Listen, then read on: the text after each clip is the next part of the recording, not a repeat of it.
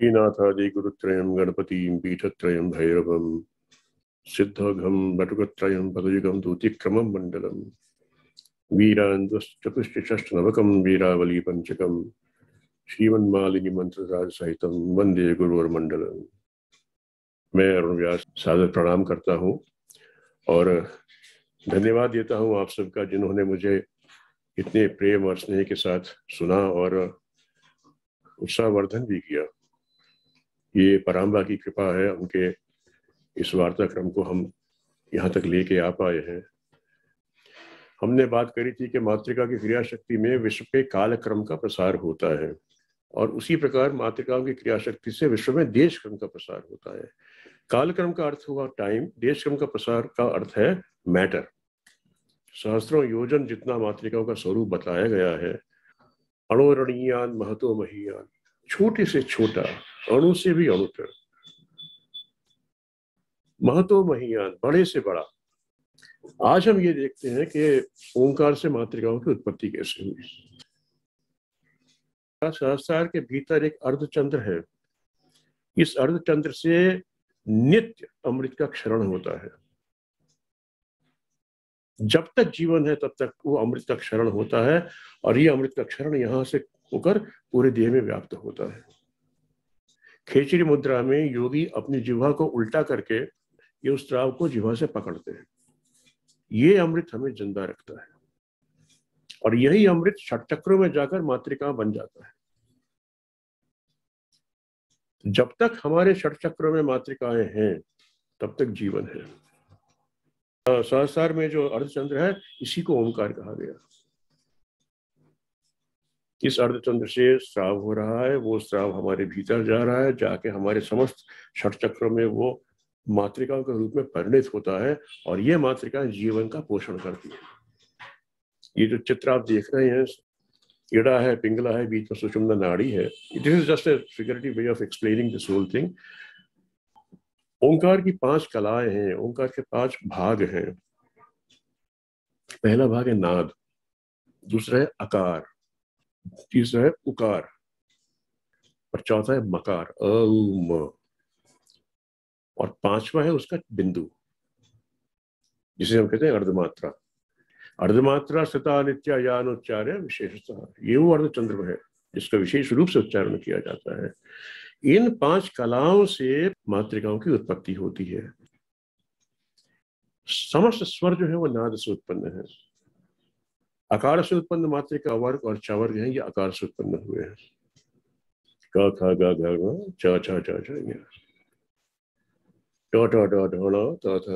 ये उकार से उत्पन्न है। अब मकार से उत्पन्न क्या है? प फ ब भ म और य र ल व श। और अंत में बिंदु से उत्पन्न 5 मातृका है, श स ह व क्ष। कंठ में 16 दल का विशुद्ध चक्र। समस्त स्वर कंठ में स्थित है। कंठ में जब इसको हम न्यास करते हैं तो हम कहते हैं ओम मा मी मी मू मू रूम रीम रूम रीम येंग गैंग ओम गौ गंग। हृदय में अनाहत चक्र है जो 12, जिसके 12 दल है। द्वादश दले अनाहते, अनाहत के 12 जो पेटल्स हैं उनके अंदर क ख ग घ च छ ज छ ट ठ हैं। तो नाभि में 10 दल का मणिपुर चक्र है। ड ढ ण त थ द ध न प फ। 6 दल का स्वादिष्ठान चक्र है ये। ब भ म य र ल। और अंत में मूलाधार 4 दल का होता है, व श श स। अब हमारे पास बचे केवल 2, ह और क्ष। ये मिलते हैं भ्रूमध्य में, जो आज्ञा चक्र है यहाँ पे। ये आज्ञा चक्र के बारे में मैं आपको एक बड़ी इंटरेस्टिंग बात बताता हूँ। बहुत समय पहले जब मुझे कुछ महामंडलेश्वर साधुओं ने कुंभ के मेले में यह आदेश दिया था कि भारत में एक विद्या थी, उन्नत प्रकार की संतान किस प्रकार जन्मी जाती है, उसको शोध करके दोबारा जीवित करें। तो मेरे शोध के दौरान मैं जब एक जगह यहाँ पहुंचा कि मातृशक्ति के देह में जो एक 28 दिन का साइकिल होता है वो कौन रेगुलेट करता है? वो पीनियल ग्लैंड है। और उसका आगे चक्र से क्या संबंध है मैं आपको बताता हूँ। अभी प्रकृति ने मनुष्य की देह में जो सबसे सेंसिटिव पार्ट से उनकी रक्षा करने के लिए यथेष्ट व्यवस्थाएं करी हैं। हमारा ऊपर का जो पोर्शन है इसको सही से रखने के लिए हमारे पास एक पिंजर बना दिया है अस्थि का, जो रिब केज जिसे हम कहते हैं। उसी के भीतर हृदय है, उसी के भीतर हमारे फेफड़े हैं, जो मोस्ट सेंसिटिव पार्ट है उसके अंदर सुरक्षित है। दूसरा सेंसिटिव पार्ट जो उससे भी अधिक है वो कौन सा है? वो है हमारा मस्तिष्क। इस मस्तिष्क की रक्षा करने के लिए प्रकृति ने ये स्कल दिया है, और स्कल के भीतर जहां मस्तिष्क है उस मस्तिष्क के ऊपर there is a liquid body, जिससे कि मस्तिष्क को झटका ना लगे। ऐसा मस्तिष्क जिसकी रक्षा करने के लिए ईश्वर ने इतना प्रावधान किया है हमारे यहाँ, वो मस्तिष्क के जो दो लोब्स है, the right and the left lobe, उन दोनों के बीच में दबा के रखा गया है पीनियल ग्लैंड को। और pineal gland is also the seat of spiritual wisdom. Pineal gland और इंट्यूशन का बड़ा गहरा संबंध है। जो लोग योग साधना करते हैं वो जानते हैं कि यहाँ से ब्रह्मतंत्र से ऊपर एक there is a shaft of energy which gets created when you're sitting and doing your meditation. और ये जो pineal gland है वो जो भीतर में है उसका रिफ्लेक्स पॉइंट ये चक्र है जहां हम तिलक करते हैं, जिसको हम कहते हैं आज्ञा चक्र। ये आज्ञा चक्र का रहस्य है।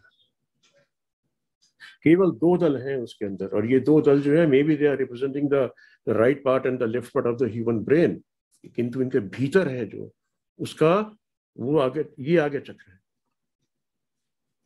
कुछ लोग उसको ये भी है, देयर इज अनदर चक्र which is here at the back of the head called medulla oblongata जिसे कहते हैं मेडिकल साइंस में, वहां पे भी है। योगियों के अपने अपने अनुभव हैं, उस पर मैं फिलहाल अभी नहीं जाना चाहता।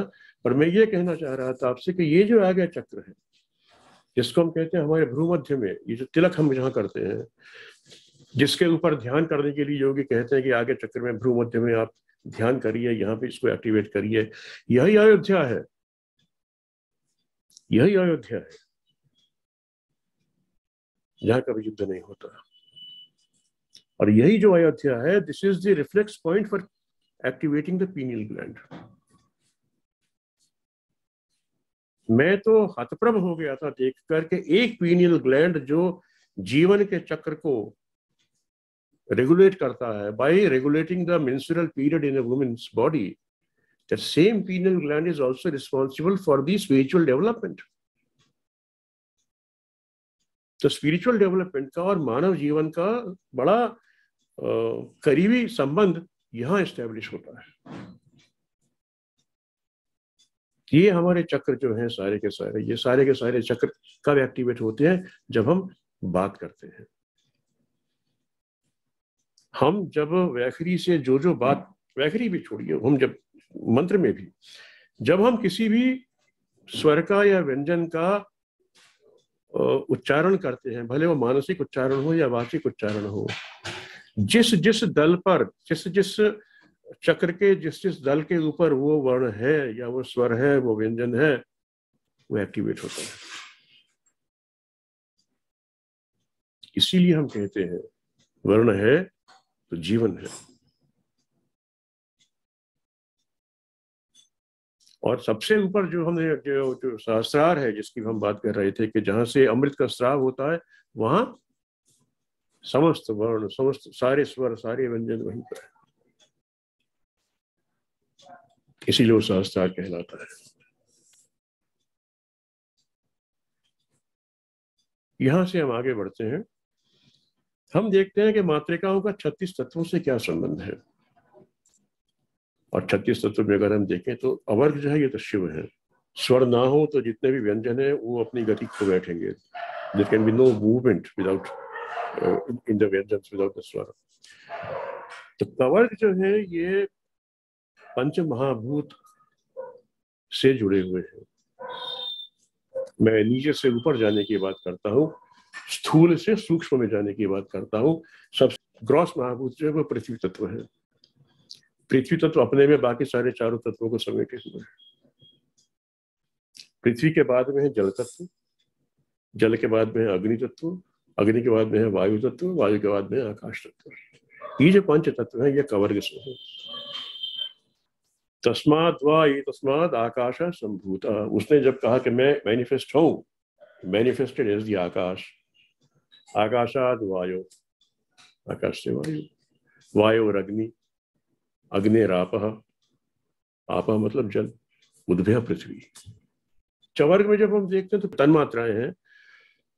पृथ्वी की क्या है? गंध, जल का है रस, अग्नि का है रूप, वायु का है स्पर्श और आकाश का है शब्द। टवर्ग से इनकी कर्मेंद्रियां, पाद, हस्त, उपस्थ, वायु, पाक, वाक। पाद मतलब चरण, हस्त मतलब हाथ, उपस्थ और पायु जो है ये these are the genital organs and the excretory organs. वाक मतलब वाणी। ज्ञानेन्द्रियां वो तवर्ग से जुड़ी हुई है। नासिका, जिह्वा, नेत्र, त्वचा और कान, कर्ण। तवर्ग हमारे मन, अहंकार, प्रकृति, बुद्धि और पुरुष को यहां पर समझ में आता है। जब भगवती अपना स्वरूप जब डिस्क्राइब करती हैं, शी सेज अहम पंचभूत अपंचभूतानि, मैं पंचभूत भी हूं और जो पंचभूत से परे है वो भी हूं। तो पंचभूत से परे क्या है भाई? ये है पंचभूत से परे मन, अहंकार, प्रकृति, बुद्धि, पुरुष और यह अलावा राग, विद्या, कला, माया। ये इनका डिस्क्रिप्शन करेंगे तो अपने आप में एक वो लंबी टॉक हो जाएगी, इसीलिए आज we will not go into the details. श, श, स, माया, शुद्ध विद्या, ईश्वर, सदाशिव और क्ष जो है ये शक्ति। अवर ऊपर है शिव, क्ष नीचे है शक्ति। इनके बीच में समस्त आ गया पंच महाभूत, पंच तन्मात्राएं, पंच कर्मेंद्रियां, पंच ज्ञानेन्द्रिया, मन, बुद्धि, चित्त, अहंकार इत्यादि इत्यादि। So this is how she explains herself. अहम पंचभूत पंचभूतानि, अहम अखिलम जगत। तो अखिल जगत तो ये हो ही गया सब। आगे चलते हैं। हमने वाग देवी का ध्यान पिछली बार हमने देखा था। पंचाशद वर्ण ऋचांग भागम क्रियेन्दु खंडाम कुमुदावदाताम वराभय पुस्तकम अक्षसूत्रम भजे गिरम समदतीम त्रिनेत्रम। 50 वर्णों से बनी हुई जो वाग देवी का ध्यान था। ये एक दूसरा ध्यान है। This is talking about the chakras in the human body. आधारे वो क्या, वहां पे क्या है? मूलाधार चक्र। लिंग नाभो, लिंग के पीछे स्वाधिष्ठान, नाभि, प्रकृति हृदय, तालुमूले, ललाटे, द्वे पत्रे, षोडशारे, द्विदश, दशदले, द्वादशार्धे और सबसे नीचे चतुष्के। वाशांते बाल मध्य तसकट सहिते कंठदेशीय स्वराणाम हम क्षम तत्वार्थ युक्त सकल दलगलम वर्ण रूपम नमामि। आप वर्ण रूपा है, मैं आपको प्रणाम करता हूँ। शारद पूर्णेन्दु शुभ्राम, शरद पूर्णिमा की चंद्रमा की शुभ्र जैसी आप हैं। सकल लिपि वही, सारी लिपियां हैं वो आप हैं। शारद पूर्णेन्दु शुभ्राम सकल लिपि वही लोल रक्त त्रिनेत्राम, आपके 3 नेत्र हैं, रक्त पूर्ण है। शुक्ल अलंकार भाषाम शशिमुकुट जटाभारहार प्रदीप्तिम विद्यास्तक पूर्ण कुंभान वर्मपितरतिम शुद्ध पट्टा विराढ्याम वाग्देवी पद्मपत्राम कुचभर नमिताम चिंतयेत साधकेन्द्र ततो निज ब्रह्मरंध्र ध्यायेत गुरु ईश्वरम। ये पढ़ने के बाद में अपने ब्रह्मरंध्र में गुरु और ईश्वर का ध्यान करें। ये उन साधकों के लिए है जो वाग्देवी का ध्यान करते हैं और वाग्देवी की साधना करते हैं। किंतु मेरा अपना ये मानना है कि ये सभी के लिए करनी चाहिए। हम व्यापार करते हो, हम पढ़ते हो, हम नौकरी करते हो, हम कुछ भी करते हो, वाग्देवी की कृपा के बिना हम कुछ नहीं कर सकते। We can not move an inch in life without. और फिर यह वाग्देवी का जो न्यास, हाथ यहाँ गले में रखे कंठे शोध चले ओम मा मी मी, पूरे जो स्वर है वो यहाँ पे हाथ में हाथ धरे, यहाँ ध्यान रख के पड़े, और फिर हृदय के द्वादश तले अनाहत के कम गम गम गम नम चम चम जम झम यम डम ठम 5 बार, 11 बार, 21 बार, जितनी बार भी करना चाहे। और फिर नाभि में हाथ रख के दशदल जो मणिपुर का है उसका ध्यान करके डम डम नम तम थम डम धम नम पम पम डम डम नम तम थम डम धम नम दम धम नम पम पम डम डम नम तम थम डम धम नम पम पम। उसके बाद में स्वादिष्ठान में ध्यान करके वहां पे 6 जो दल है, बम बम बम यम रम लम, बम बम बम यम रम लम, बम बम बम यम रम लम, बम बम बम यम रम। और फिर मूलाधार में वम शम सम, वम शम शम सम, और फिर भ्रू मध्य में ऊपर जाके हम शम हम शम हम शम, इस प्रकार से न्यास किया जाता है। और अंत में सहस्त्रार में यहाँ पे हाथ में ध्यान करके आदमी पूरी वर्णमाला का उच्चारण करता है, अम मी मी मू से लेकर रम लम शम शम सम हम शम तक। Make it a daily practice. But for everybody who is a student, and we are all students, कोई जीवन का विद्यार्थी है, कोई कॉलेज का विद्यार्थी है, कोई स्कूल का विद्यार्थी है, विद्या अर्जन तो हमेशा होता है। वाग देवी का ये जो न्यास है ये तो करना ही चाहिए सबको। आप लोग अगर चाहेंगे तो I will share the files, अगर आप मुझे मैसेज कर दें मैं आपको व्हाट्सएप करके भेज भी दूंगा। मातृकाओं के भेद है। हमारे देह में 3 मंडल हैं हमारे देह के भीतर, चंद्रमंडल, अग्निमंडल, सूर्यमंडल। अब ये क्योंकि मातृकाएं सारी हमारे षट चक्रों में विराजमान है, इसलिए इन मंडलों से भी इनका बड़ा गहरा संबंध है। सारे स्वर चंद्रमंडल में आते हैं, और इन स्वरों में यहाँ पे मैंने जो लिखा है, यहाँ पे इनकी देवी का नाम है। अमृतायै नमः, मानदायै नमः, ईं पूषायै नमः, ईं तुष्ट्यै नमः, पुष्ट्यै नमः, मृत्यै नमः, रुं धृत्यै नमः, रुं शशिन्यै नमः, द्रं चंद्रिकायै नमः, द्रुं कांत्यै नमः, ऐं ज्योत्स्नायै नमः, ऐं श्रियै नमः, ओम प्रीत्यै नमः, ओम अंगदायै नमः, पूर्णायै नमः, पूर्णामृतायै नमः। Such beautiful names, such beautiful names. ये चंद्र मातृका है। इसके बाद दूसरा जो मंडल है वह सूर्य का, यह सौर मंडल है।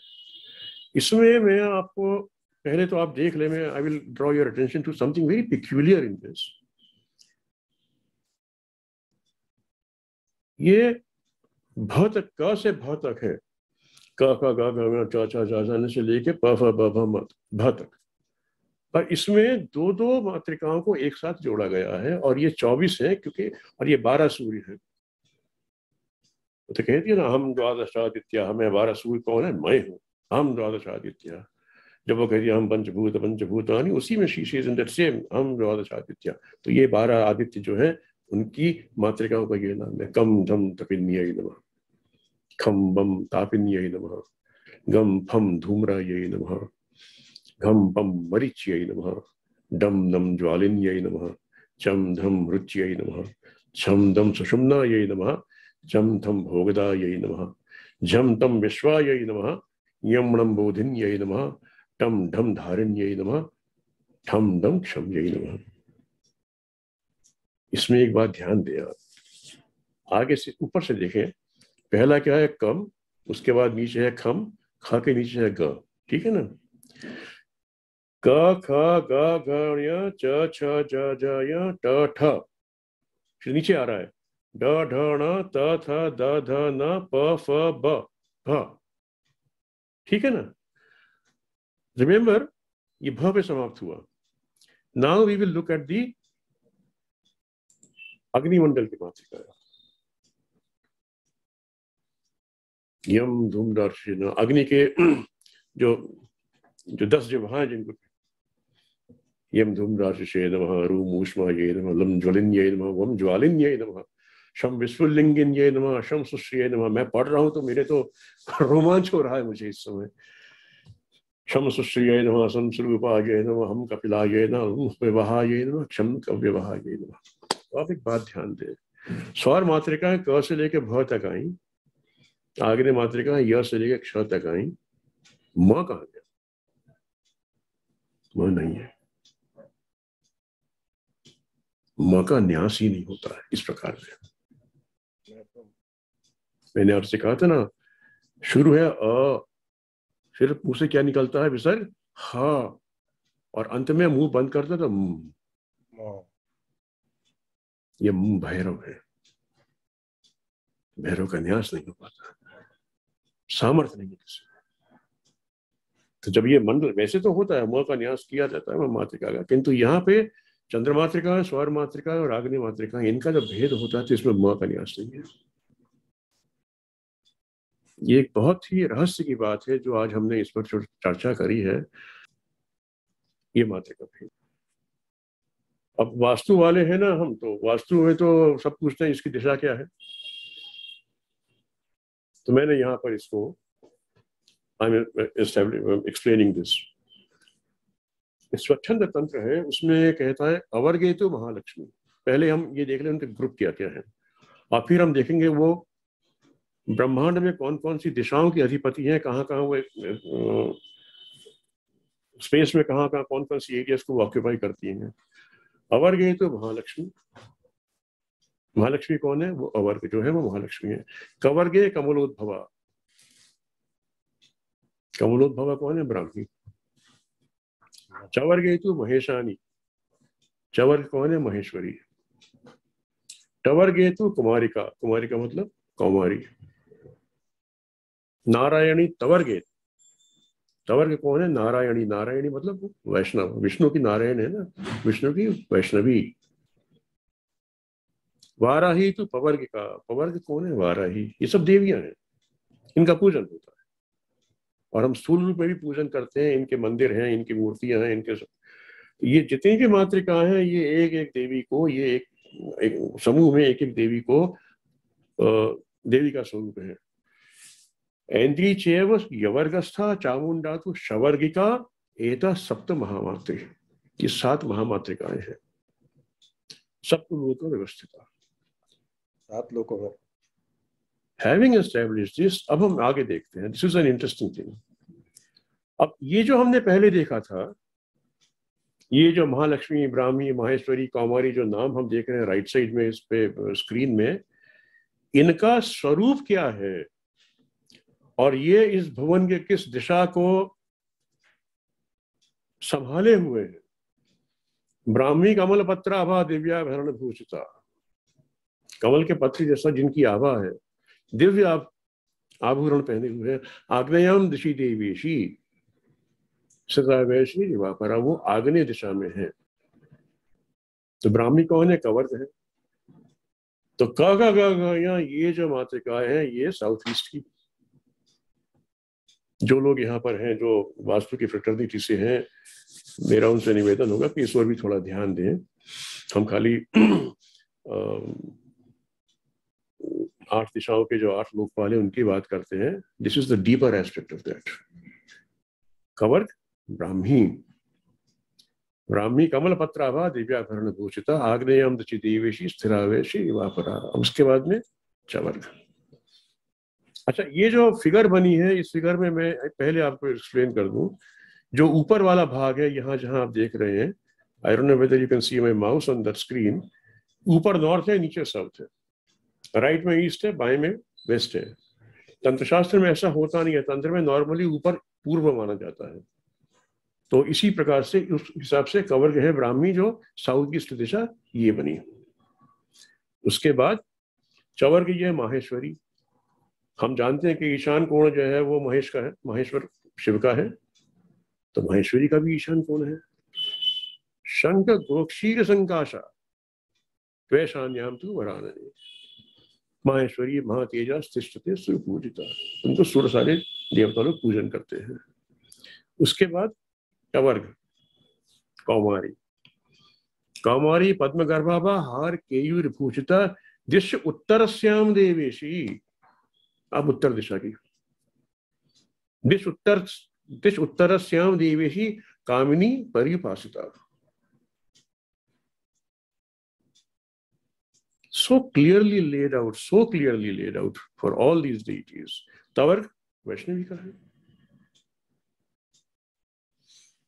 लोग कहते हैं साउथ खराब है, साउथ से डर लगता है, दक्षिण दिशा फेस ये नहीं होना चाहिए, वो नहीं होना चाहिए। वैष्णवी है वहां पे भाई।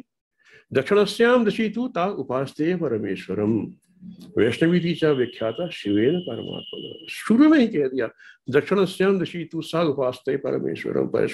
आपकी उपासना परमेश्वर करते हैं कहाँ? दक्षिण दिशा में करते हैं।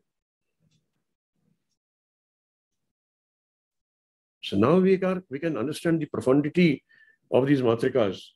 ऐसा नहीं है खाली ABCD लिख दिया वही मात्रिका हो गई। पूरा ब्रह्मांड इनसे। पवर्ग कहाँ है? वाराही जो है ये पवर्ग की है। नीलजीमृत संकाशा सर्वाभरण भूषिता वारुण्याम दिशि देवेशी वाराही परिपस्थिता। So clearly mention. पवर्ग कौन है? वाराही है। वाराही कहाँ है? वारुण दिशा। वारुण दिशा अर्थात वरुण की दिशा। वरुण की दिशा अर्थात वेस्ट, पश्चिम दिशा।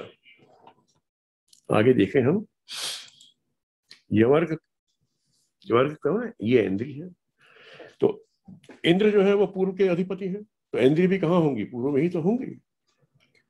शंख कुंदेन्दु धवलाहार कुंडल मंडिता इंद्रियाम दिशि च सा देवी इंद्राणी परिपस्थिता। ये इंद्राणी कहाँ है? इंद्रिया दिशि।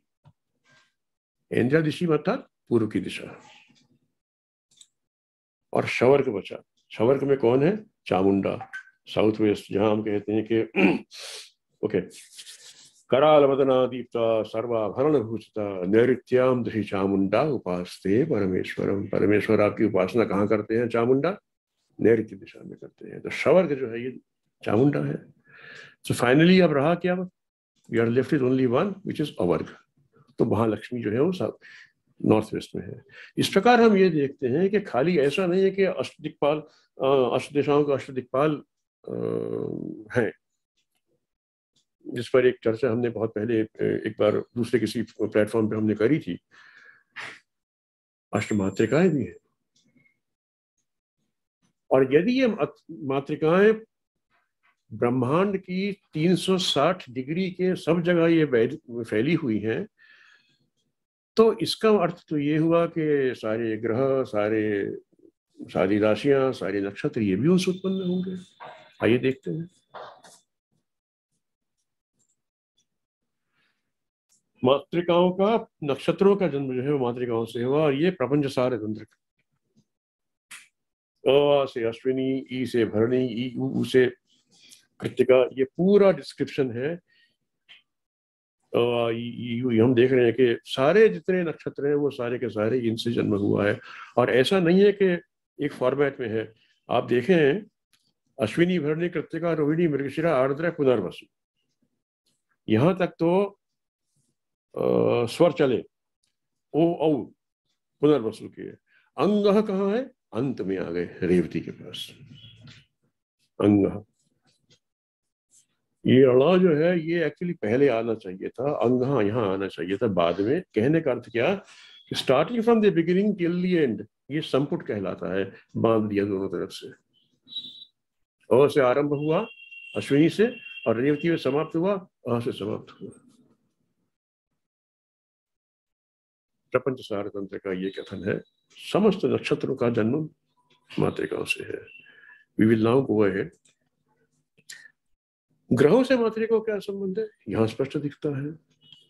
समस्त स्वर जो है ये सूर्य है। कवर्ग ये मंगल ग्रह है। चवर्ग शुक्र है। टवर्ग जो है ये बुध ग्रह की उत्पत्ति टवर्ग से हुई है। बृहस्पति की उत्पत्ति तवर्ग से हुई है। शनि की उत्पत्ति पवर्ग से हुई है। और चंद्रमा की उत्पत्ति ये वर्ग से हुई है। दो नाम यहाँ मिसिंग है, राहु और केतु। राहु और Ketu they are mathematical coordinates. उनको छाया ग्रह कह दिया गया है, but they are mathematical coordinates. वो ग्रह नहीं है, दे आर नॉट फिजिकल ग्रह जैसे ये है। इसलिए उनकी उत्पत्ति में किसी मातृका का संबंध ऐसे नहीं है। हमने देखा कि मातृकाओं से नक्षत्रों का जन्म है, मातृकाओं से ग्रहों का जन्म है, और अब हम देखते हैं कि मातृकाओं से राशियों का जन्म है। मेष राशि, ऊरु इनसे वृष राशि, रुद्रोद्री मिथुन राशि, ए आई से कर्क राशि, ओ औ से सिंह राशि, अंग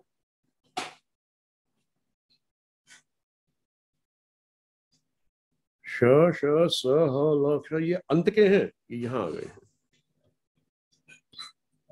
ये this is a typing error, I am sorry. ये कन्या राशि अंग और अ से ही है। ये श स ह इनको यहाँ नहीं होना चाहिए था। This is been a typing error on my part, I apologise for that. कवर्ग से तुला राशि का जन्म हुआ है, चवर्ग से वृश्चिक राशि का जन्म हुआ है, टवर्ग से धनु राशि का जन्म हुआ है, तवर्ग से मकर का, कुंभ से पवर्ग से कुंभ का, और यवर्ग से जो है मीन राशि का जन्म हुआ है। तो ये मीन राशि के अंत के जो मीन राशि के श स ह ल क्ष वो भूल से कन्या राशि में लिख दिए गए हैं, इनको प्लीज इग्नोर करें।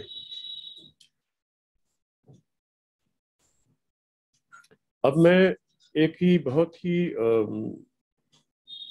we are going very deep into this content, and this probably would be my second last slide if I remember correctly. हमारे देह में एक कालक्रम चलता है। एक होता है सौर काल, जो सूर्य से नियंत्रित होता है। पूरे विश्व का जितना भी जो भी घड़ियां हैं वो सब सौर काल से चलती हैं। दूसरा जो काल हमारे भीतर है, हमारे प्राण के ऊपर और नीचे जाने आने का काल। हम जब कहते हैं कि समय से उठना चाहिए, समय से सोना चाहिए, ये अगर आप इसको मैं जब समझाऊंगा, इसको डिस्कस करेंगे हम, तो आप समझेंगे कि इसको क्यों कहा गया है कि भोर में उठो और जल्दी सो जाओ, समय से उठो, समय से सो जाना चाहिए। हमारे देह में 4 भाग हैं। पहला भाग जो है वो हमारे हृदय से कंठ तक आता है। ये दिन का पहला पहर कहलाता है। जब भोर होती है तो प्राण का संचार आरंभ होता है हमारे हृदय से, और वो आता है हमारे गले तक। ये हृदय का भाग है, और ये हृदय से ऊपर का हमारे कंठ का भाग है। भोर में प्राण का मूवमेंट होता है नीचे से ऊपर की ओर। ये दिन का पहला भाग है। दिन का पहला भाग, जैसे हम कहते हैं कि सवेरे के 10:30 बजे तक हमारा पहला भाग खत्म हो गया। दूसरा कब तक होता है? 10:30 से लेकर दोपहर तक। दोपहर को हमने हिंदी में कर दिया दोपहर। दूसरे पहर में वो यहां से उठ के जाती है तालु तक। तालु जो है, इसको कहा गया है मध्याह्न। तंत्र के उपासक इस बात को जानते हैं कि मध्याह्न में जप किया गया, मध्याह्न में पूजन किया गया, अधिक फलदायी होता है। और यहाँ पे ये रहस्य समझ में आता है जब कहते हैं कि जब आप जप करें तो अपनी जिह्वा को उल्टा करके अपने तालु से टच करें। इसीलिए उसको एम्यूलेट किया जाता है। आप कभी भी जप करते हैं, कहते हैं जिह्वा को उल्टा कर दीजिए, यहाँ पे tip of the tongue should be touching your palate, this is what it says. और तीसरा पहर जो है वो यहां से उठता है तालु से और जाते मध्याह्न तक। ये संध्या का हो गया। और चौथा काल जो है, तब प्राण की जो मूवमेंट होती है वो यहां से उठती है और सहस्त्रार के ऊपर जो चक्र है यहां पे जाती है। यहां पे रात्रि का आरंभ होता है।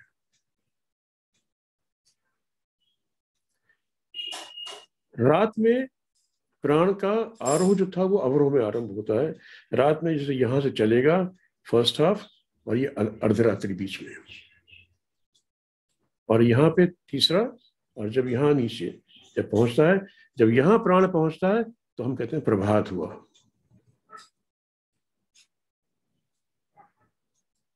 हम इस प्रकार देखें कि प्राण की गति यहाँ से, और जब प्राण की गति है तो निश्चित रूप से वर्णों की गति, मात्रिकाओं की गति भी उसी के साथ हो रही है। भोर में यहाँ से आरंभ हुआ, ऊपर तक गया, कंठ तक गया, कंठ के बाद में मध्याह्न में वो तालु तक रहा और बाद में यहाँ से जाके रात्रि में ऊपर तक रहा, और रात्रि में यहाँ से उतरने के बाद में नीचे उतरा है, और करते करते यहाँ पे जब पहुंचता है तो प्रभात हुआ। इस प्राणाकार के बीच में वर्णों का उदय और अस्त स्वाभाविक रूप से होता है। अब यहाँ पे हम एक बात देखें कि what is the relationship between this time and the चंद्रमा की कला। सौर कला तो हमने देख लिया, सौर का समय तो हम जानते हैं भाई, दिन के 12 घंटे, रात के 12 घंटे, उनके 60-60 मिनट वगैरह। चंद्रमा का जो है वो हम इस तरह तो देखते नहीं है कि चंद्रमा का उदय होने का और अस्त होने का समय इस प्रकार से तो नहीं देखा जाता। चंद्रमा को हम देखते हैं चंद्रमा की कलाओं के साथ में, प्रथमा है, द्वितीय है, तृतीय है इत्यादि। अब आप एक बात देखें, ये जो प्राणों का जो आवागमन है, ये एक प्रहर के अंदर 4 तुटी समय कहलाता है। तुटी आप नीचे देखें, तिथि और तुटी, 4 तुटी है ये। This is divided into 4 parts, each part is called a तुटी। तो क्या हुआ, 4 तुटी, यहां से लेके यहां तक 8 तुटी, यहां से यहां तक 12 तुटी, और यहां से यहां तक 16 तुटी।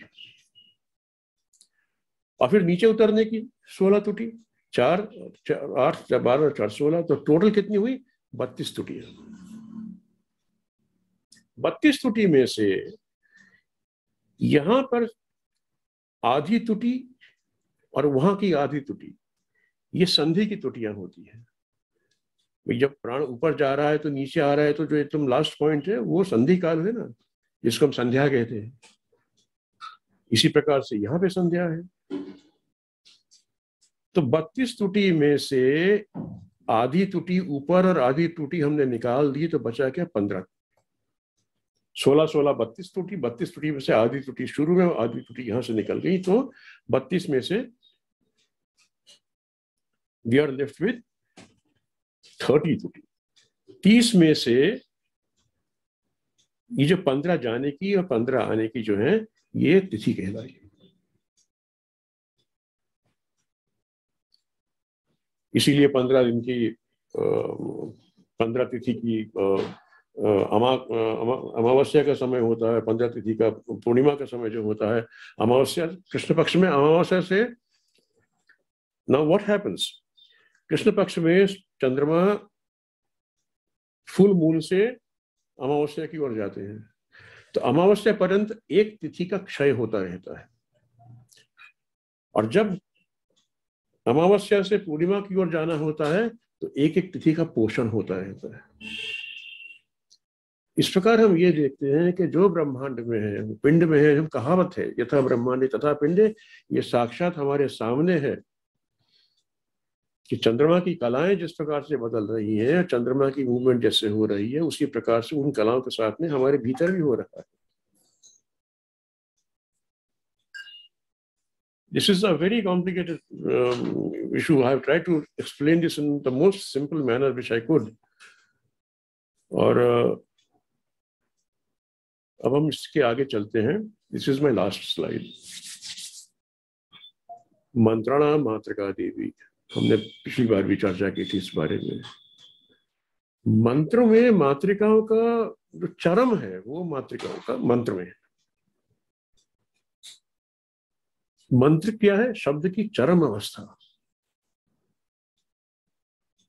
भाषा की चरम अवस्था क्या है, कविता।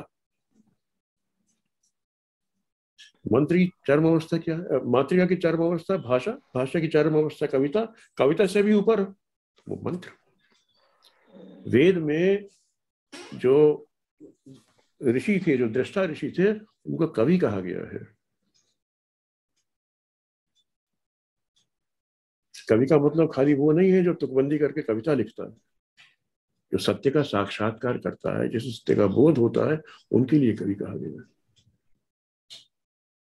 मंत्राणा मातृका देवी, मंत्रों में मातृकाओं की सर्वोच्च सृष्टि है। अब मंत्र है क्या, मननेन, यहाँ पे भी टाइपिंग एरर है, सॉरी, मनन मेन लिखा है, मननेन होना चाहिए था, मननेन त्रायते इति मंत्र, जो मन को त्राण दे, वो मंत्र है। बहुत सारी व्याख्याएं हैं मंत्र की। शब्द ब्रह्म स्वरूपेयम शब्दातीतम तो जप्यते, शब्द तो ब्रह्म स्वरूप है, इसके जपने से आदमी शब्द के परे भी जाता है। शब्दात गीतम तो जपते। मंत्रों की शक्ति का एक मैं आपको छोटा सा परिचय देता हूँ। मतलब मैं ये नहीं दिखा रहा कि मंत्र की क्या शक्ति है, मैं आपको ये बताना चाह रहा हूँ कि मंत्रों को गोपनीय रखने की परंपरा है, क्यों है, आज भी है।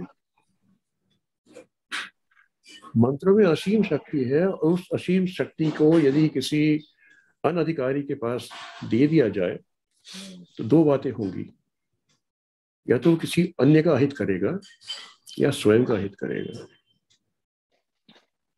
स्वयं का हित कैसे? मंत्र की जो उद्दाम शक्ति है उसका जब जागरण होता है और उसकी देह यदि उसके लिए तैयार नहीं है तो ये पूरा जो उसका तंत्र है भीतर का जो नाड़ी तंत्र छिन्न भिन्न हो जाएगा।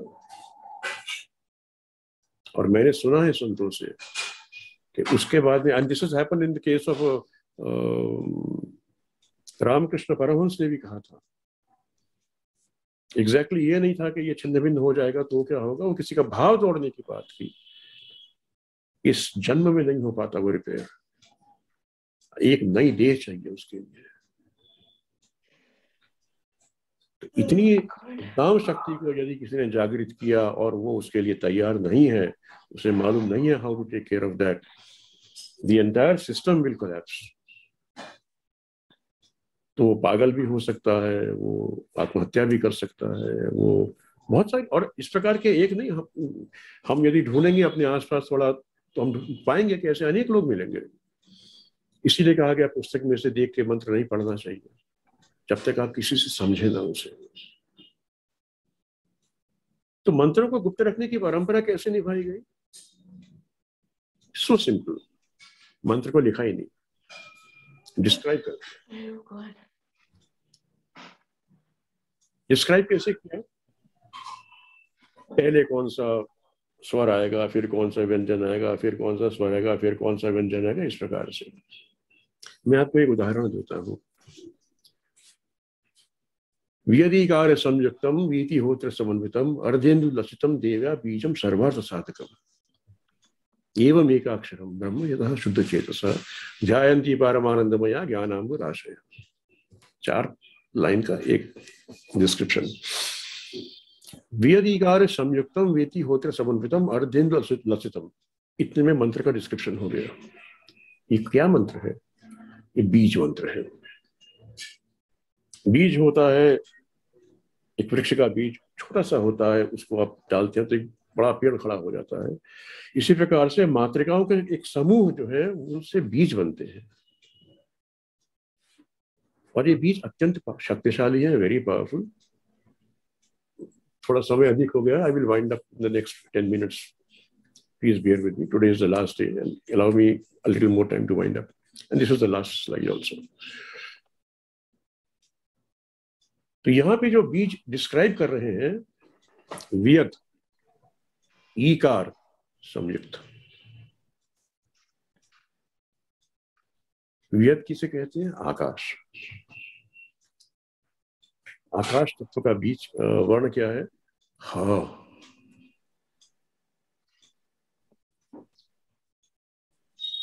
ईकार संयुक्तम, ईकार जोड़ दिया तो हा का हो गया ही। वीति होत्र अग्नि। जो इनिशिएटेड नहीं है इस विद्या में उसको तो समझ में ही नहीं आएगा ये क्या है, इसीलिए ये भाषा प्रयोग मिली गई है। वीति होत्र समन्वितम, अग्नि का यहाँ पे समन्वय है, तो अग्नि का बीज क्या है? र। तो ही में र जोड़ा तो क्या बना? री। अर्धेन्दु लसितम, उसके ऊपर अर्धचंद्रमा है। अर्धचंद्रमा मतलब चंद्रबिंदु, क्या बना? रीम।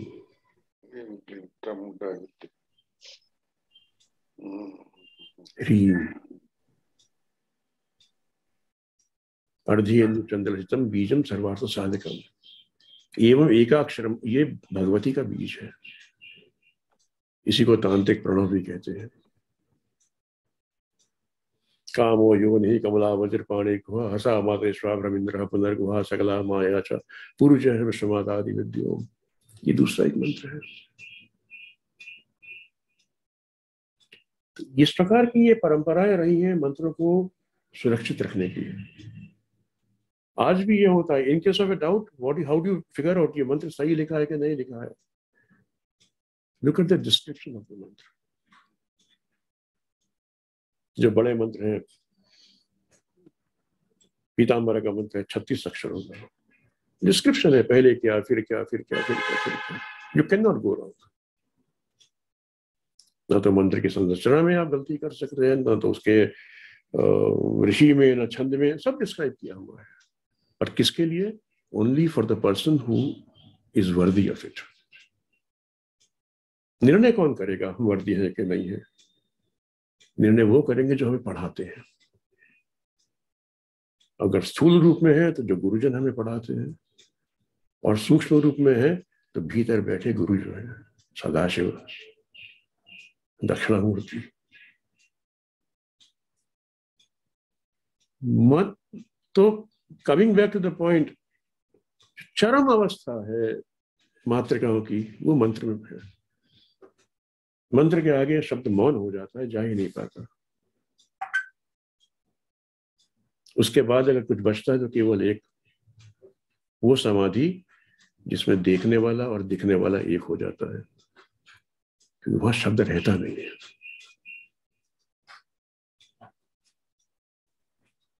देवी पार्वती ने महादेव से कहा कि निर्विकल्प समाधि क्या होती है, मैं I want to experience that. तो महादेव ने कहा ठीक है बैठिए। तो she sat with closed eyes and he kept on asking, अब क्या दिख रहा है? अंधकार। अब क्या दिख रहा है? अंधकार में से प्रकाश। अब क्या दिख रहा है? प्रकाश और पास आ रहा है। अब क्या दिख रहा है? अत्यंत तीव्र प्रकाश दिख रहा है। अब क्या दिख रहा है? She said, I'm entering that huge ball of light. अब क्या दिख रहा है? पार्वती मौन हो गई। क्या डिस्क्राइब करती? देखने वाला दिखने वाला जब एक हो गया तो शब्द रहेगा नहीं वहां पे। There was no answer. तो मंत्र जो है ये शब्द की चरम अवस्था है। उसके आगे केवल निर्विकल्प समाधि रहती। जब व्यक्ति साक्षात्कार कर लेता है तो वहां शब्द रहता नहीं है। आप सबका बहुत बहुत धन्यवाद। आपने मुझे बड़े ध्यान से सुना। जितना आनंद आपको सुनने में आया उससे कहीं अधिक आनंद मुझे अपनी बात आप तक पहुंचाने में आया। और इस वार्ता श्रृंखला को प्रिपेयर करने में बहुत सी भूली बिसरी चीजें, बहुत सी भूली बिसरी बातें, बहुत से भूले बिसरे मेरे गुरुजन, मेरे मित्रगण मुझे याद आ गए। आप सबका मैं बहुत धन्यवाद देता हूँ। And I am also very thankful to Dani ji के ट्रस्ट का, जिन्होंने मुझे ये मौका दिया। Now if there are any questions I will take them for 5-10 minutes and then. बहुत ही गहन वार्ता को बहुत ही सरल तरीके से आपने विस्तार से बताया है। आपका बहुत बहुत साधुवाद। सर मैंने ये पूछना था, मुझे आप जो चक्रास के बारे में बताया मुझे बहुत अच्छा लगा। मतलब आई रियली लाइक्ड इट और मुझे समझ भी आया। द इंटरेस्टिंग थिंग जो मुझे आज पता चली है पीनियल ग्लैंड के बारे में, क्योंकि पीनियल ग्लैंड हमें मालूम था कि ये किस पर्पस के लिए है, लेकिन ये नहीं पता था कि this is a gland of spiritualism. You see, those who are clairvoyant, they have seen when somebody meditates, there is a particular type of meditation when they think of a shaft of light which is coming from the heaven and descending on the forehead. Yeah. Now, when that happens, it is because the pineal gland is getting activated. You can actually feel the size of the shaft also. And I tell you the truth, my jaws had dropped when I had realized that the pineal gland is responsible not only for the spiritual development, but also for the continuation of human life. Oh, yeah, it's so important. Absolutely. Sir सबको मेरा आदर प्रणाम। Sir ये आपने मैं तो ये कक्का बराखड़ी ये स्वर सबको भाषा के रूप में देखता था। आज आपने ये कितनी मेरी आंखें खोल दी है सर। और एक बात और बता दूं कि ये सब मंत्र बोलने वाला और मंत्र सुनने वाले की पूरी जर्नी दिखा दी आपने। और जब वो मंत्र सुन लेता है तब मंत्र बोलने वाला और सुनने वाला एक हो जाता है। बहुत बड़ी बात बता दी। धन्यवाद सर, धन्यवाद।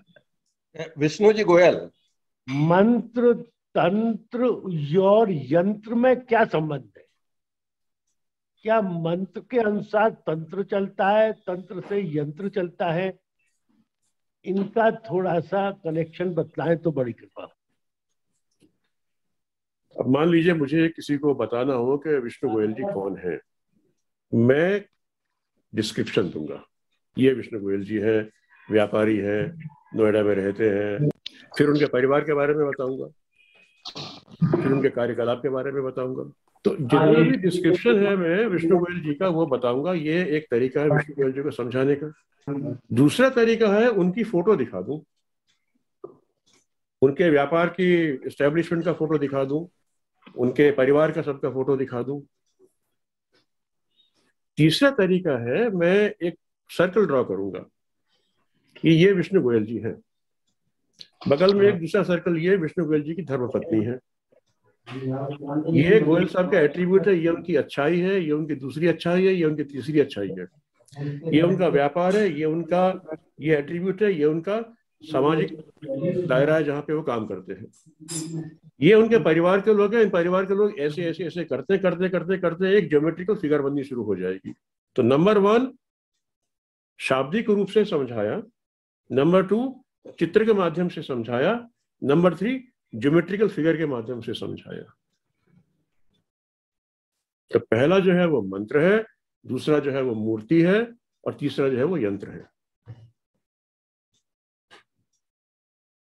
ये वाग्देवी का स्वरूप है, हमने डिस्क्राइब किया। ये वाग्देवी के स्वरूप को हमने ड्रॉ करके बता दिया, हमने लिख दिया ये बॉडी के पार्ट है, यहाँ पे ये मातृकाएं हैं, एक फिगर बना दी। तीसरा क्या किया, उसका एक ज्योमेट्रिकल फिगर बनाया। ये वाग्देवी है, ये उनकी ये कवर्ग, ये चवर्ग, ये टवर्ग, ये तवर्ग, ये पवर्ग वगैरह वगैरह वगैरह, ये उनके एट्रीब्यूट्स हैं। इससे रूप रस गंध जुड़ा हुआ है, इससे शब्द स्पर्श इत्यादि जुड़ा हुआ है, इससे पंच तन्मात्राएं, इससे पंच ज्ञानेंद्रियां, पंच कर्मेंद्रियां, करते करते पूरा एक स्ट्रक्चर ड्रॉ कर दिया, वो यंत्र बन गया। ये संबंध है मंत्र का, तंत्र का और यंत्र का, और ये सारा कुछ मिलता है, इसको एक नाम देते हैं जिसे हम कहते हैं तंत्र। तंत्र मतलब स्ट्रक्चर। गोयल साहब का एक दूसरा जो प्रश्न था वो था क्या हर समस्या के लिए मंत्र हैं? हर समस्या के लिए अलग अलग मंत्र हैं क्या? मंत्र, देखिए मंत्र शास्त्र अपने आप में बृहद है, वो अलग एक समुद्र है, तो उसमें जाना तो एक बात ही अलग हो जाती है, किंतु संक्षेप में उत्तर है कि हाँ है। हाँ विवेक जी। अरुण जी नमस्ते। अर्की जी नमस्ते, प्रणाम। मेरी बहुत सारी बातें आपने, क्योंकि अब तक पढ़ते आया था, पर आपने जिस ढंग से समझाया है, बहुत बहुत मतलब आपका शुक्रगुजार हूँ। मैं तो आपको यहाँ पाकर धन्य हो गया महाराज। अरे मैं तीनों लेक्चर में था, पर थोड़ा सा लेट आ गया था, पर आज का और लास्ट टाइम का पूरा सुना है, और बाकी भी पूरे वीडियो मैंने पढ़े देखे हैं, बहुत सुंदर। मेरे एक 2-3 सवाल है सर। जैसे मूलाधार चक्र, स्वादिष्ठान चक्र और मणिपुर चक्र, इसमें जैसे लम वम रम, और ये पहले चक्रों में भी वो अक्षर आते, तो इसका क्या ताल्लुक है? आप जैसे साधक मुझसे ये प्रश्न करें, मुझे बड़ा मुझे लगता है परीक्षा हो रही है। नहीं सर, आप ऐसा, मेरे मन में जो पढ़ने के बाद इसका कुछ ना कुछ जरूर कारण रहेगा, इसलिए थोड़ा और गहराई में जाने की आवश्यकता है उसमें, चक्रों के संरचना और चक्रों के जो अधिष्ठात्री देवता हैं उनके बारे में। एक तो बात हुई कि जो उनके दल हैं, उन दलों में कौन कौन से मातृकाएं अवस्थित है, वो हमने आप ही देखा था। दूसरा है कि उस दल का अधिपति देवता कौन है, उस अधिपति देवता से संबंधित जो बीज है वो वहां लिखा हुआ है, जिसकी बात आप कह रहे हैं। वो थोड़ा और विषय भिन्न हो जाता है, वो साधना का विषय है, इसलिए मैंने उसको इस समय लिया भी नहीं था, and I don't think it will concern the normal people, but बड़ा गहरा पकड़ा आपने इस बात को, अच्छा लगा आपने पूछा। प्रियंका जी। हाँ प्रणाम सर, बहुत ही अद्भुत ज्ञान आपने दिया है। आप भी खो गए थे ब्रह्मानंद में, ऐसे मैंने देखा। तो मेरा प्रश्न ये है कि ये जो आपने बताया कि कुछ मंत्र ऐसे होते हैं जो सब लोग सहन नहीं कर सकते, उनके शरीर की इतनी ताकत नहीं होती है, तो ये कैसे जानना है कि कौन से मंत्र ऐसे होते हैं और कौन से नहीं होते हैं? ये पहला सवाल है। दूसरा प्रश्न मेरा ये है कि जैसे आपने बताया कि खेचरी मुद्रा भी, क्रिया योगी मैं भी हूँ तो हम ये सारे मुद्राएं करते हैं, तो खेचरी मुद्रा में हम मूलबंध भी लगाते हैं, तो ये करना ठीक है कि नहीं है? मैंने अपनी वार्ता में कहा भी था कि कौन से मंत्र हमारे योग्य हैं या हम किस मंत्र के योग्य हैं। ये तो कहना ठीक नहीं कि कौन से मंत्र हमारे योग्य हैं, हम किस मंत्र के योग्य हैं इसका निर्णय हमें उस पर छोड़ देना चाहिए जो हमें पढ़ा रहे हैं, जो हमारे गुरु हैं। क्योंकि मैं तो तैरना सीखने जा रहा हूं, मुझे तो ये पता भी नहीं है इसमें पानी कितना है, मैं कैसे पता कर सकता हूँ?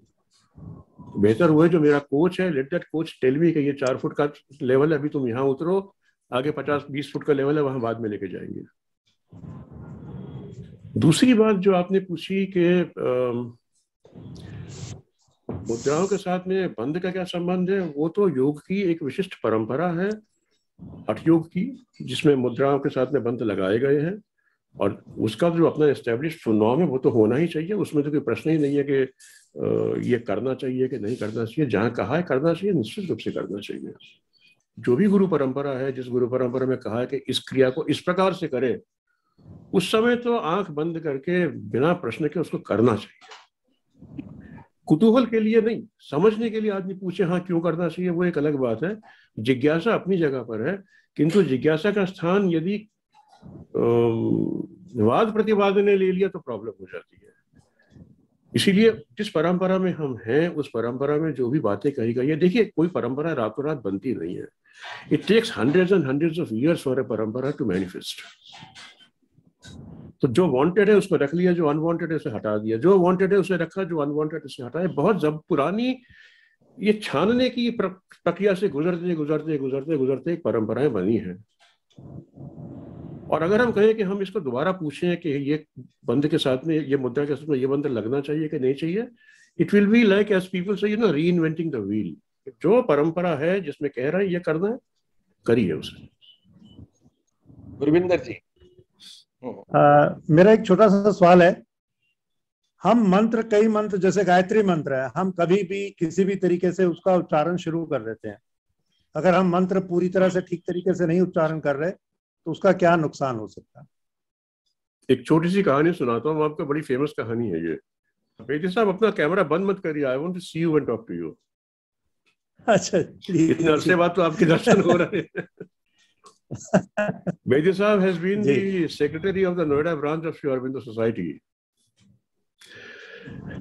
और बहुत अच्छे हीलर हैं वेदी साहब। He is grand master in reiki and has been teaching and healing बहुत लंबे समय से।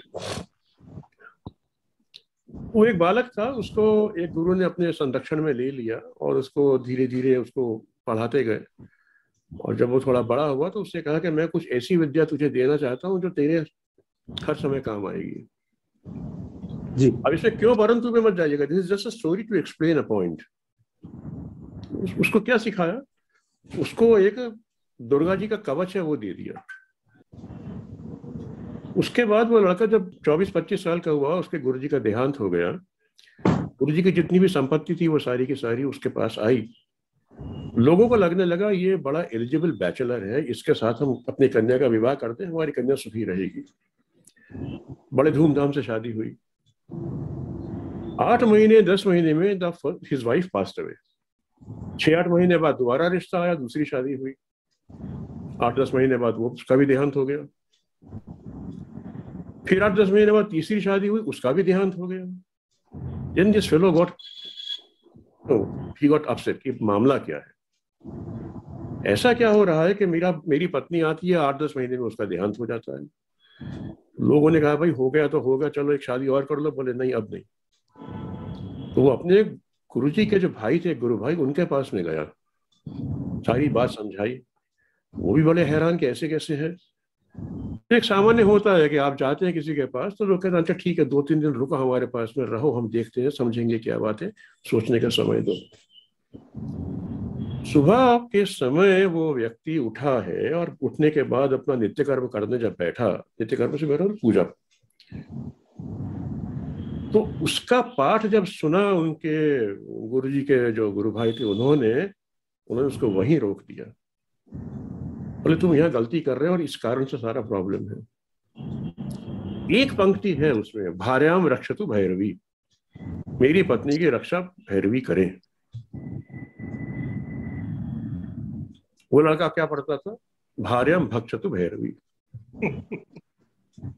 मेरी पत्नी को भैरवी। तो ये गलत मंत्र पढ़ने का क्या असर होता है? This is the best story which comes to my mind. हाँ, नहीं सर आप ठीक है, लेकिन हम लोग आम पब्लिक ये कर रही है।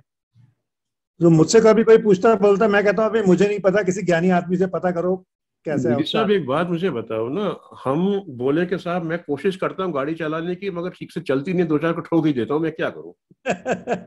नहीं होता है ना ऐसे, नहीं होता। There is a certain discipline which needs to be followed. There can be no argument and there can be no compromise on that also. ठीक है सर, ठीक है।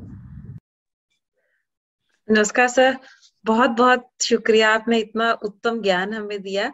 तो अभी आप जब बात कर रहे थे गुरविंदर जी के साथ, तो एक मेरे मन में आया अभी बात कि जैसे अभी देवी कवचम ही है, तो वो अब हमें संस्कृत में इतनी अगर शुद्धता से नहीं आता, तो उसका हिंदी अनुवाद भी दिया होता है, तो कहते हैं वो भी पढ़ने से अच्छा रहता है।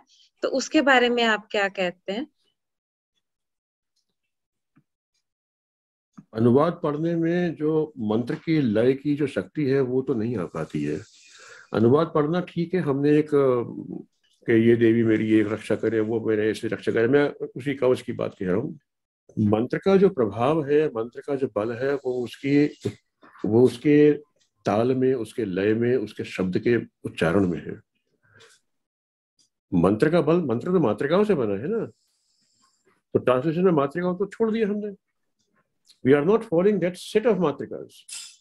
मंत्र बना कैसे है? विशिष्ट समूह है एक मातृकाओं का, जिसका फंक्शन है ऐसी एनर्जी को जनरेट करना जो एक्स काम को करे, या वाई काम को करे, या जेड काम को करे, हमको अनुग्रहित करे, कुछ भी। वो तो हमने छोड़ दिया। ट्रांसलेशन हिंदी में पढ़ लिया, एक भाव हो गया। तो भाव होना, भाव से समर्पित होना, वो अपनी जगह पर है, अच्छी बातें होना भी चाहिए, किंतु वो जो बात है, जो बल मिलता है मंत्र से, वो यहाँ नहीं रह पाता है। किंतु उसका मतलब ये नहीं है कि हम बिल्कुल ना पढ़े।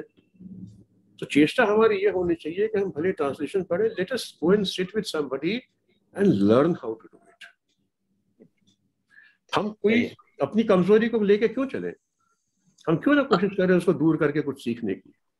और अगर चैंटिंग सुन लें तो उसका क्या प्रभाव रहता है कि रेगुलर हम चैंटिंग सुन रहे हैं? आजकल ये एक नई चीज निकली है, जब से ये रिकॉर्डिंग्स आनी शुरू हुई, पहले कैसेट आता था, उसके बाद में सीडीज आ गई, फिर अब तो पेन ड्राइव में ये सब कुछ हो जाता है कि हमने लगा दी और लगाने के बाद हम चाय बना रहे होते हैं। अब वो बात तो नहीं होगी ना उसमें। दोनों का अलग अलग प्रभाव है, भाव नहीं रह पाता है। आप सोचे कि मैं मेरे घर में गायत्री का टेप चल रहा हो और मैं दूसरे तीसरे काम करता रहूं, you can not compel her. Button दबाऊंगा तो तुम बोलोगी, बटन दबाओगे तो तुम बंद हो जाओगी, नहीं चलता है। किंतु हाँ, फिर भी एक प्रभाव होता है। आप भजन लगाइए ना, आपको चैंटिंग सुनिए, भजन लगाइए। मंत्रों के साथ में ये चीजें ना करें तो हम ठीक है। देखिए, मंत्र का देवता होता है, that is not forget that. मंत्र का देवता है, उसकी अवहेलना नहीं होनी चाहिए। हम जाने में अनजाने में अपने मन से अच्छा कर लेते हैं, ले आए, कुछ लगा दिया, बजता रहा। राम धुन भज रही है, कृष्ण धुन भज रही है, कोई भजन भज रहा है, उसमें कोई आपत्ति नहीं है। ललिता सहस्रनाम के बजते ही रहते हैं लोगों के घर में, उसमें कोई आपत्ति नहीं है। मंत्र की बात ना करें हम, कि हम समझे कि हम भगवती का कोई मंत्र है या शिव जी का कोई मंत्र है या कोई और मंत्र है, उसको लगा देंगे, वो नॉन स्टॉप चलता रहेगा। नहीं, उतना तो हम ना करें।